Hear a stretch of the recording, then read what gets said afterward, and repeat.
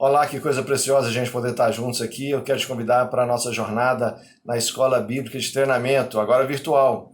A gente está sem poder reunir os grupos aí nas salas, mas nós não vamos parar com o crescimento e o estudo bíblico. Então, acompanhe com a gente aí nessa caminhada. Nós vamos fazer uma pequena jornada na Epístola de Tiago, uma epístola prática, uma epístola que turbina a fé da gente, que nos motiva a caminhar com Jesus mais e mais. Que trabalha essa questão da sabedoria prática do dia a dia, e nós estamos aí com a expectativa de que a gente possa fazer um pequeno ambiente virtual também, aí aproveitando os comentários, onde você estiver, seja no Facebook, seja no YouTube, que você possa fazer comentários, perguntas, e a gente vai conversar, a gente vai interagir aí ao longo da semana. E também nessa sequência, à medida que a gente caminha na carta de Tiago, a gente vai acumulando aí essa caminhada juntos. Então fique ligado, abra sua Bíblia, pegue um papel, um caderno, vamos aproveitar aí para ir anotando tudo aquilo que Deus for falando no nosso coração, e nós estamos com expectativas aí de continuar nessa jornada nossa, para que logo logo a gente esteja de volta em sala de aula juntos também, ok? Jesus te abençoe e vamos caminhando. Pronto, estamos agora nesse nosso ambiente e vamos caminhar nessa jornada aí com Tiago. Tiago é muito interessante porque ele trabalha muito essa ideia da fé em ação. Muitas vezes a gente confunde essa questão de fé como sendo só alguma coisa que eu creio para dentro, mas Tiago mostra que fé é uma coisa que explode para fora da nossa vida, da nossa mente, do nosso coração, em ações práticas. E essas ações práticas é que vão caracterizar esse ensino de Tiago para a igreja, o ensino de Tiago para a geração dele, que continua ecoando. Você vai ver como é atual o ensino de Tiago para as nossas vidas. Então, vamos caminhar nessa jornada, e eu quero te convidar aí, com a Bíblia aberta em Tiago, a gente caminhar juntos. E antes de entrarmos no texto bíblico propriamente dito, a gente vai conversar um pouquinho rapidamente sobre a questão do ambiente. Qual que era esse ambiente de Tiago? Quem era ele? O que ele escreveu? Para quem que ele escreveu? E aí, para a gente poder, quando entrar mesmo no texto bíblico, a gente está um pouquinho mais familiarizado com esse contexto. Então, é muito importante todo estudo bíblico, a gente entender um pouco desse contexto, não só cultural, mas contexto teológico para quem o Tiago estava escrevendo. Bom, então os alvos que a gente tem com essa primeira parte introdutória, o que a gente quer é identificar mesmo esses elementos introdutórios, quais são eles e quais são os mais importantes aí nessa epístola de Tiago, que a gente chama de elementos introdutórios. Perceber essa importância também desse contexto. A gente vai perceber como que é importante a gente saber isso e como que isso vai nos ajudar na interpretação. E ao termos uma interpretação boa, a gente vai considerar também essa questão do propósito do texto bíblico.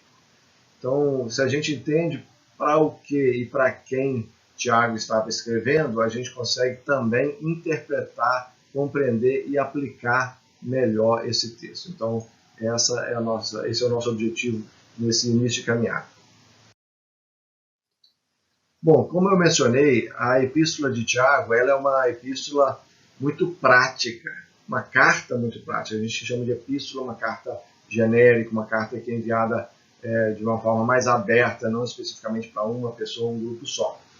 E a gente classifica ela dentro do Novo Testamento como uma literatura de sabedoria, muito comparada a Provérbios no Antigo Testamento, porque ele não vai narrando blocos maiores de assuntos, não. Ele vai enviando pílulas de conduta, de vida cristã, de uma forma prática. Por isso que tem autores que trabalharam essa ideia, dizendo que é um manual prático de religião, mas não só da religião, de uma forma geral. Um guia prático para a vida e para a conduta cristã.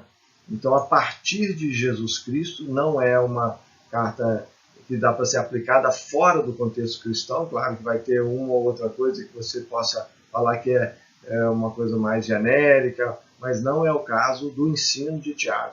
O ensino de Tiago é o ensino para quem crê em Jesus Cristo, para quem quer aprender com Jesus como viver. Então isso é muito importante a gente contextualizar, para que essa sabedoria não seja uma sabedoria genérica, uma coisa de qualquer jeito, não. A sabedoria de Tiago é uma sabedoria focada na pessoa de Jesus Cristo. Bom, uma das coisas que a gente precisa saber quando vai aprender sobre uma carta, vai tentar ler uma carta, é quem escreveu essa carta. E saber qual Tiago escreveu essa epístola é muito importante para nós, para a gente entender um pouquinho da mente dele, o contexto cultural dele. Então, a questão tem vários Tiagos na Bíblia. O Tiago era o nome comum, era o mesmo nome de Jacó lá do Antigo Testamento. É a versão grega do nome Jacó, igual a gente depois tem uma versão hispânica, que é Jaime ou James no inglês. São todos o mesmo nome, apesar de serem um pouco diferentes na sua pronúncia, mas a raiz, não só a raiz, é o próprio nome mesmo, que vai mudando um pouco de língua para língua, mas Jacó, Tiago, James, Jaime, são todos esse mesmo nome bíblico. Então, quando a gente tem na Bíblia vários nomes que são muito comuns, era muito comum o autor que estava escrevendo aquele livro, aquela carta, fazer uma pequena referência com um apelido. Mas nem sempre esse apelido é mencionado em todos os momentos. Então, a gente precisa averiguar um pouquinho melhor qual que é esse Tiago. Dentro dos Tiagos do Novo Testamento, a gente tem, em primeiro lugar, o filho de Zebedeu, talvez seja o mais conhecido no contexto dos evangelhos, porque ele era o irmão de João, os dois filhos de Zebedeu, que eram pescadores, junto com Pedro, e foram chamados logo no início da caminhada. Esse Tiago, ele não pode ter sido o que escreveu essa epístola, porque ele foi morto logo no início da caminhada cristã. Logo depois da ressurreição de Jesus, a gente vê em Atos, logo no início da jornada, os apóstolos ainda não haviam saído, sido espalhados por todo lado, e há uma perseguição. Pedro e Tiago são presos, e Tiago é executado pelo mando de Herodes. Pedro depois é solto da prisão, e esse é chamado também Tiago o Maior. Há uma tradição que diz que ele, antes de ser executado, ele foi para a Espanha e evangelizou na Espanha, e depois voltou, e depois foi executado. Mas essa é uma história um pouco difícil, que aí é a história que deu origem ao famoso caminho de Santiago de Compostela. Muito difícil que isso tenha acontecido, por causa do contexto que os apóstolos só vão sair para fora ali da região da Judéia depois da morte de Tiago, depois do apedrejamento de Estevão. Então, provavelmente não tem nenhuma relação com Santiago de Compostela. Bom, mas uma coisa a gente sabe que não é esse o Tiago. Temos também Tiago, filho de Alfeu. Haviam 2 Tiagos no grupo apostólico dos 12 de Jesus. E esse é chamado Tiago, filho de Alfeu, e também chamado de Tiago menor, diferenciando de Tiago maior, o filho de Zebedeu. Pouco se fala dele, especialmente depois que Jesus ressurge e ressuscita, e os apóstolos vão se espalhando aí na evangelização.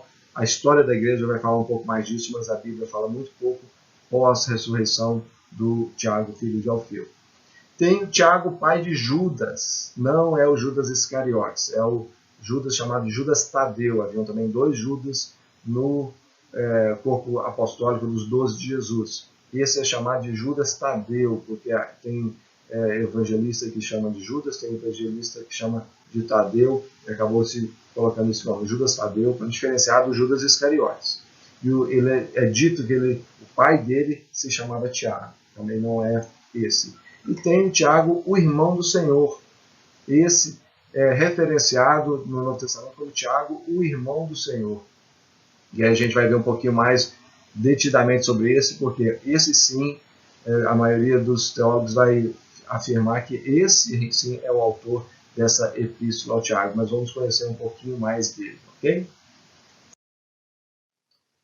Bom, vamos concentrar um pouquinho então nesse Tiago, chamado Tiago, irmão do Senhor. Essa é uma referência que Paulo faz a esse Tiago, que é o líder da igreja em Jerusalém. Ele faz referência de que ele teve esse encontro com o Tiago, irmão do Senhor. E esse Tiago é visto em vários momentos sendo uma figura primordial, e a gente sabe que ele não é o Tiago chamado Tiago Maior, que era dos 12. Esse Tiago é o outro, porque o Tiago, que era dos 12, irmão de João, ele é executado, e esse Tiago continua como sendo o líder da igreja em Jerusalém. Então, em Gálatas 1,19, Paulo faz essa referência a Tiago, o irmão do Senhor, e depois em Atos a gente vê outras referências a ele também.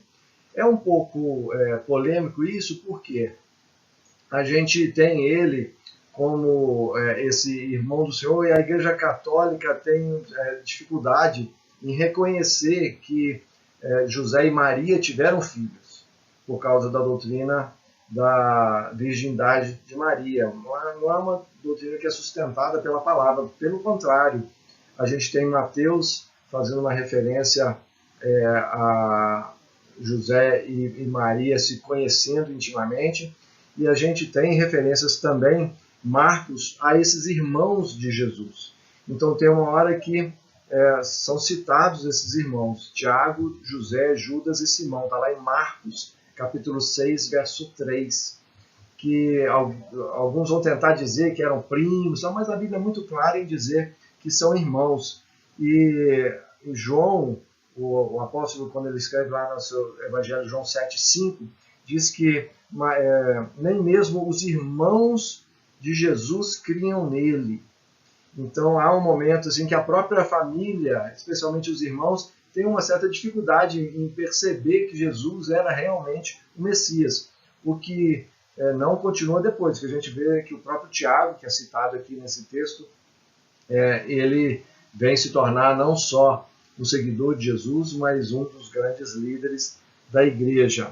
Então é muito interessante ver essa presença desse Tiago, o irmão do Senhor, de uma forma um pouquinho mais ampla. E é muito mais interessante a gente entender que ele também, no início da carta, ele fala assim, Tiago, servo do Senhor Jesus. Então ele não só deixa de lado a questão da familiaridade dele com sanguínea aí, por Maria, né? Não pelo pai, mas por Maria, mas também ele se coloca como servo de Deus e de Jesus. Ou seja, essa palavra servo, ela perde um pouquinho na nossa cultura hoje, mas quer dizer realmente escravo. Ele se torna completamente entregue a Jesus como Senhor. Ele não se vê mais como um irmão, mas ele se vê sim como um servo de Jesus Cristo. Então, esse é o autor da nossa epístola.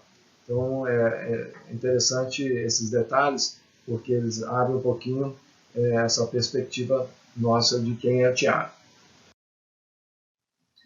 Olha, e agora, em relação aos destinatários de Tiago, para quem ele escreveu, a gente vê logo nos primeiros versos, no primeiro verso que ele escreve as 12 tribos que se encontram na dispersão. Ele começa dizendo assim, Tiago, servo de Deus e do Senhor Jesus Cristo, as 12 tribos que se encontram na diáspora ou na dispersão.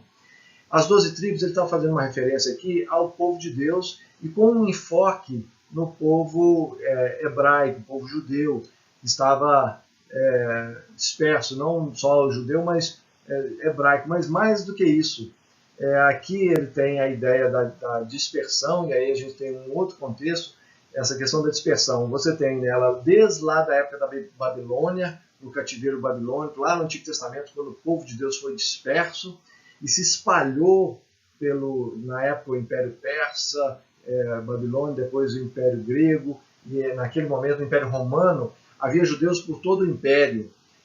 Mas mais do que isso, depois da perseguição de Estevão, também a igreja do Senhor Jesus se espalhou. Então, gente foi convertendo em vários pontos do Império, mas também a igreja foi se espalhando por vários pontos do Império.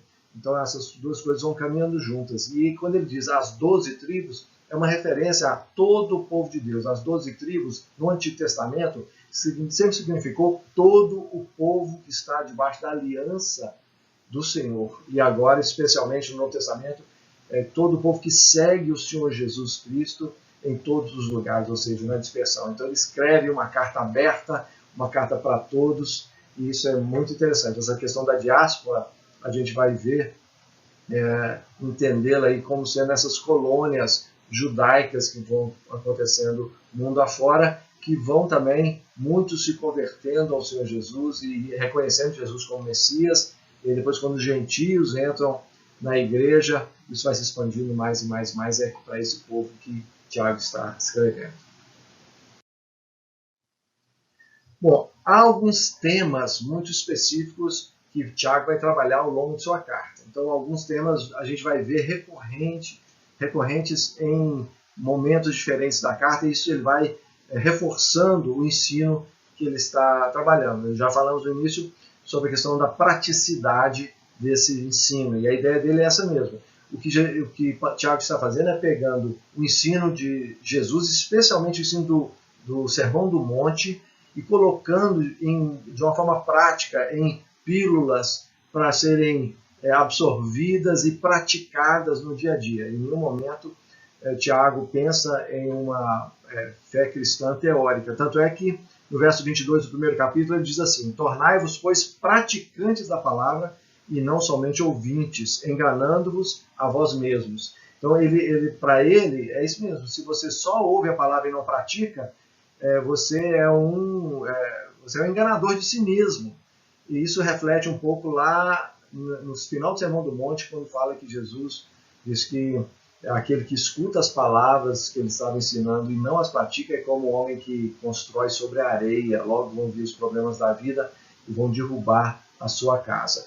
Então, alguns temas que a gente começa a ver já esse ao longo aí de Tiago. Primeiro é a pessoa de Deus. Deus é apresentado de várias maneiras diferentes. Ele é apresentado como doador de sabedoria, ele é apresentado como sendo jamais tentado pelo mal. O mal não atinge Deus de forma alguma. Ele é santo e por causa disso ele nunca é o autor da tentação. A gente vai ver isso lá também. Deus é imutável, não há sombra de mudança na pessoa de Deus. Ele é o criador de todas as coisas. Ele é justo, nós podemos confiar nele, mas ele é Pai e ele também cuida de nós, e essa confiança está aliada com a questão da justiça. Ele escolhe os rejeitados, ele não faz acepção de pessoas e larga aquelas pessoas que as outras não querem de lado, ele abraça todos. Isso é do caráter mesmo de Deus. Ele é amigo de Abraão, então uma conexão com o Antigo Testamento, uma continuidade nesse ensino de Tiago. Ele é o criador do homem, então o homem é feito à imagem e semelhança de Deus. Ele é zeloso, ele não tolera rivais, ou seja, quem tentar tomar o lugar de Deus, ele vai agir mesmo. E ele é doador de graça e resistente aos soberbos. Soberba e a presença de Deus são duas coisas que não combinam de forma alguma. Ele é legislador e ele é juiz. Então essas são as formas como apresenta a pessoa de Deus. Mas não para só na pessoa de Deus, não. A gente vai vendo que há outros temas importantes. A própria pessoa de Jesus. É interessante que ele cita 2 vezes o nome de Jesus em toda a sua carta. Mas ele cita o Senhor 14 vezes. Essa ênfase em Jesus como Senhor é muito importante na epístola de Tiago. Fé e obras são colocadas lado a lado. Elas não são antagônicas, pelo contrário, as duas caminham juntas. As obras são o produto da fé. Elas não caminham separadamente de jeito nenhum. Então isso vai corroborar aí o que Paulo está dizendo lá em Efésios 2, 8, 9 e 10. Muito interessante isso. Ele também trata da questão da escatologia, essa sensação de que o fim dos tempos está chegando. Talvez isso aí seja tão forte para nós hoje, aí, tanta gente falando isso, né? Pelo momento que nós estamos vivendo. A questão da lei também, e como a lei do Antigo Testamento, ela precisa ser entendida e vivida hoje. Não da forma como era vivida lá, mas aplicando através de Jesus, porque Jesus é o cumprimento de toda a lei. Mas a partir de Jesus nós entendemos e nos movemos nessa vivência diante do Senhor.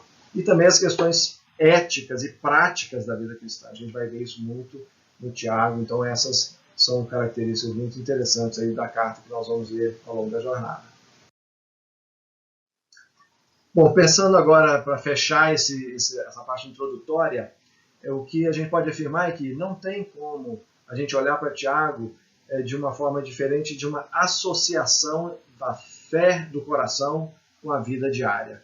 Então, se a gente pensa em relação à nossa fé, qual a fé que a gente tem que pensar em uma vida transformada. Não existe fé sem vida transformada.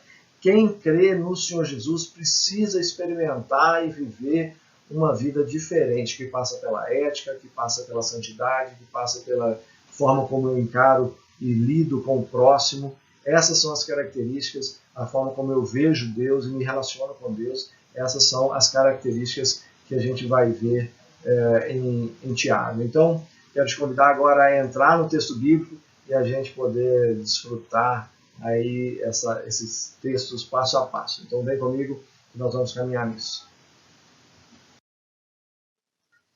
Bom, logo no início da carta de Tiago, a gente já vê ele falando do valor das provações. As provações não são sem sentido na vida da gente. E é disso um pouquinho que nós vamos falar. Aí o que a gente quer é, em primeiro lugar, tomar conhecimento aí de como as provações fazem parte de como Deus promove nossa maturidade. A ideia é persistir na obediência a Deus mesmo ante as provações. E também responder com submissão a Deus e confiança nele, especialmente no tempo de provações. A gente continuar confiando no Senhor. Esse é o alvo dessa segunda parte da lição de hoje.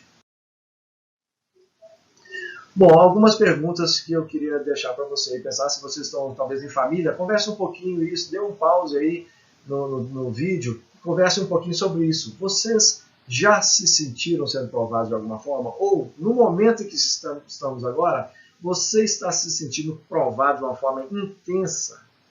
Qual que é a diferença entre provação e tentação? Você já parou para pensar nisso? Tem diferença? Estou sendo provado, estou sendo tentado. Qual a relação entre os dois?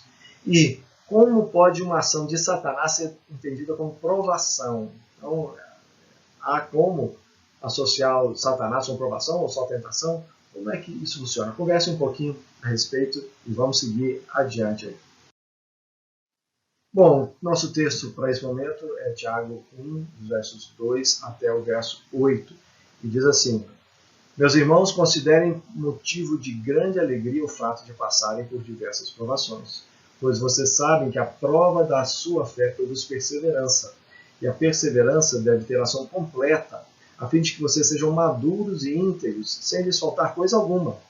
Se algum de vocês tem falta de sabedoria, peça a Deus, que a todos dá livremente de boa vontade, e lhe será concedida. Peça, porém, com fé, sem duvidar, pois aquele que duvida é semelhante à onda do mar, levada e agitada pelo vento. Não pense tal homem que receberá coisa alguma do Senhor. É alguém que tem a mente dividida e é instável em tudo o que faz. Bom, é interessante quando a gente olha para esse início de Tiago e pensa na questão das provações. Ele está tratando da questão das provações. E essas fontes de provação, nós já discutimos um pouquinho ali nas perguntas que eu deixei para vocês aí. E essas fontes de provação podem vir de diversas formas. Por exemplo, podem vir diretamente do Senhor, como quando Abraão foi desafiado a sacrificar o seu próprio filho. Ali foi uma prova do Senhor para Abraão. Está lá em Gênesis 22. Podem vir de Satanás, do inimigo. O caso de Jó, quando Satanás veio e destruiu muito, praticamente quase que a vida inteira de Jó, deixando pouquíssima coisa de pé. E aí a gente vê lá em Jó, no primeiro capítulo dele. Mas também pode vir das pessoas. Muitas vezes nós somos provados por situações que as pessoas trazem. Como José. José foi vendido como escravo pelos seus próprios irmãos. Está lá em Gênesis 37. É interessante, Gênesis 50, 20, quando ele fala para os irmãos: olha, vocês intentaram o mal contra mim, mas Deus transformou todo o mal que vocês intentaram em bem. Então, nem por causa disso, Deus está fora do controle em nenhum momento. A gente vê isso nesses 3 textos. Podem ser desencadeados também com questões religiosas, perseguição ou problemas políticos, problemas sociais, problemas econômicos. E agora nós estamos, parece que, num combo, né? Está tudo junto. Problema de saúde, econômico, relacional, tudo misturado. num pacote e a gente enfrentando essa provação que estamos enfrentando. Vamos ver o que é que Tiago pode nos ajudar nesse sentido. Bom, Tiago começa já tratando da provação, assim, falando rasgado, de uma forma muito revolucionária, muito assim, completamente fora do quadrado, como a gente costuma dizer. Porque ele fala o seguinte: meus irmãos, tenham por motivo de grande alegria o fato de passarem por várias provações. Olha, geralmente, quando a gente passa por provação, a gente está em dificuldade, o que vem à mente e ao coração geralmente é reclamação, murmuração e por aí vai. E ele está falando justamente o contrário: ter alegria no meio das provações. Agora também a gente não pode ir de um extremo para o outro, no sentido de sair pulando de alegria. Que bom, estou passando por esses problemas. Que bom que apareceram vírus e agora nós podemos ser provados. Não, não é disso. A Bíblia é equilibrada e trata com as questões de forma equilibrada. O que Tiago está falando é em relação ao nosso foco e a forma como nós encaramos, porque tudo tem um propósito.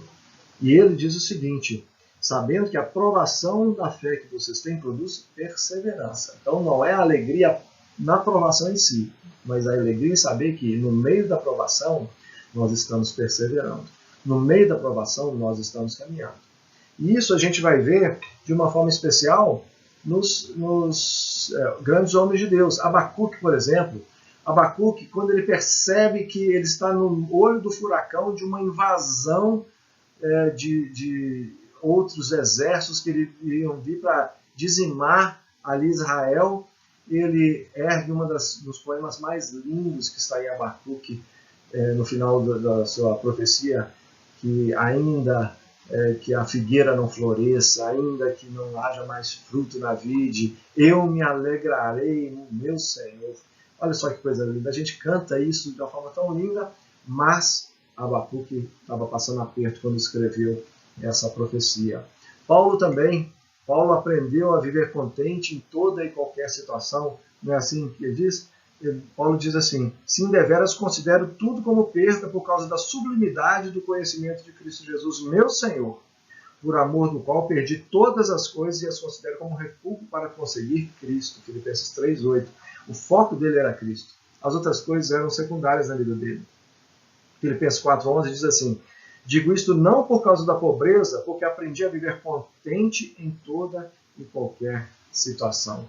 Paulo, mesmo tendo espinho na carne, ele adora o Senhor, né? O espinho na carne é algo que ele falou que é alguma coisa que o incomodava constantemente, mas o que Deus falou para ele, falou: olha, a sua fraqueza permite que eu seja forte em você. Se você se torna forte, você se acha autossuficiente.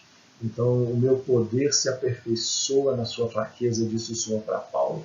E ele aprendeu isso muito bem. E é claro que nós vamos aprender disso de forma mais intensa do Senhor Jesus. Jesus, ele passou por tudo que ele passou por nós. Ele passa pela cruz, ele passa por humilhação, ele passa por açoites, para que nós hoje pudéssemos ter vida. Isso foi profetizado lá atrás. O próprio Isaías, quando faz uma profecia lá do servo sofredor, diz que o Senhor era um homem de dores e sabe o que é padecer, sabe o que é passar por dificuldade. Então, não há nada de novo em passar por provações. A questão é sabedoria, o que diz o verso 5. Se, porém, algum de vocês necessita de sabedoria no meio da provação, peça a Deus que a todos dá com generosidade, liberalmente. Isso é importante, porque se a gente não olhar com sabedoria esses casos bíblicos, se a gente não buscar essa sabedoria do Senhor, a gente vai ficar rodando, sem sair do lugar, pior, andando para trás.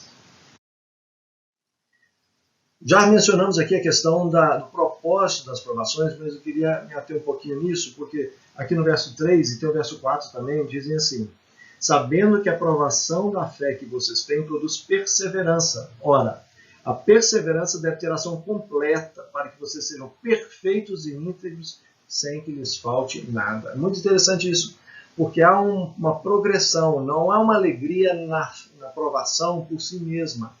A alegria vem da gente perceber que a gente está rompendo. A alegria vem quando a gente percebe que a nossa vida está caminhando e nós estamos na presença do Senhor em obediência. Um dos propósitos é a aprovação dessa fé. Fé aprovada é aquela que produz perseverança. A fé genuína, resultado direto dos testes de que Deus faz uso para promovê-la, induz o crente a continuar caminhando, mesmo quando as circunstâncias não lhe são favoráveis. É muito interessante isso porque o propósito de Deus, no meio da provação, é ir lapidando a gente, ou como dizem alguns, engrossando o couro da gente, para talvez momentos mais para frente que a gente vai enfrentar situações até mais adversas ainda. Na vida, a vida é um crescente de maturidade, é um crescente de experiências. Eu só vou conseguir, às vezes, romper lutas lá na frente maiores se eu passei por estágios menores. Mas, Luiz, eu vou enfrentar coisa maior do que essa que nós estamos enfrentando agora? Deus sabe. Mas uma coisa é certa. Nós estamos crescendo na fé ao exercitarmos a fé no Senhor no meio dessa luta. Mas também, o outro propósito é o caráter aprovado. Não devemos subestimar o valor que as provações exercem na vida do crente no que diz respeito à construção de um caráter aprovado por Deus. Interessante que essa obediência que a gente vê lá em Jesus, que a gente vê nos homens de Deus na Bíblia, ela está nas nossas mãos agora. A escolha, obedecer ou não. Isso vai mostrar como Deus vai lapidar o nosso caráter. A Bíblia fala de um caráter perfeito, uma ação completa, íntegra. O perfeito aqui não é necessariamente sem defeito. O perfeito aqui é de completo. É o que ele diz aqui, sem que lhes falte nada. Ou seja, a provisão que Deus tem para nós passa por vencermos essas provações. E à medida que vamos caminhando, vamos crescendo na fé, vamos amadurecendo e vamos nos preparando para a vida que o Senhor ainda tem pela frente. Então, vamos continuar firmes aí nessa caminhada, porque com certeza Deus tem um propósito de lapidar a nossa vida na presença dele. Bom, Tiago não fala só da questão da ação da aprovação na nossa vida, mas ele fala também de algo que nós devemos pedir no meio da aprovação, que é a sabedoria. Versos 5 a 8, fala assim: se, porém, alguém de vocês necessita de sabedoria, peça a Deus que a todos dá com generosidade, liberalmente, não retém de ninguém. Peça, porém, com fé e nada duvidando, pois quem duvida é semelhante à onda do mar, impelida para todo lado e agitada pelo vento. Uma pessoa dessa não vai receber nada, porque é indecisa e inconstante em seus pensamentos. Então ele fala para pedir com fé, sabedoria.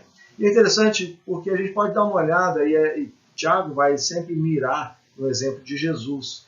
E se a gente olhar como Jesus lidou nos momentos de provação, como ele lidou em momentos difíceis da sua vida, a gente vai ver uma característica muito interessante. Ele sempre agia com sabedoria, aliada ao uso da palavra de Deus. Por exemplo, diante do inimigo das nossas almas, Satanás, nosso adversário, como diz a palavra, aí 3 termos usados para ele na palavra. Muitas vezes a gente é colocado em provações por artimanhas e armadilhas do diabo na nossa vida. E com Jesus não foi diferente, não.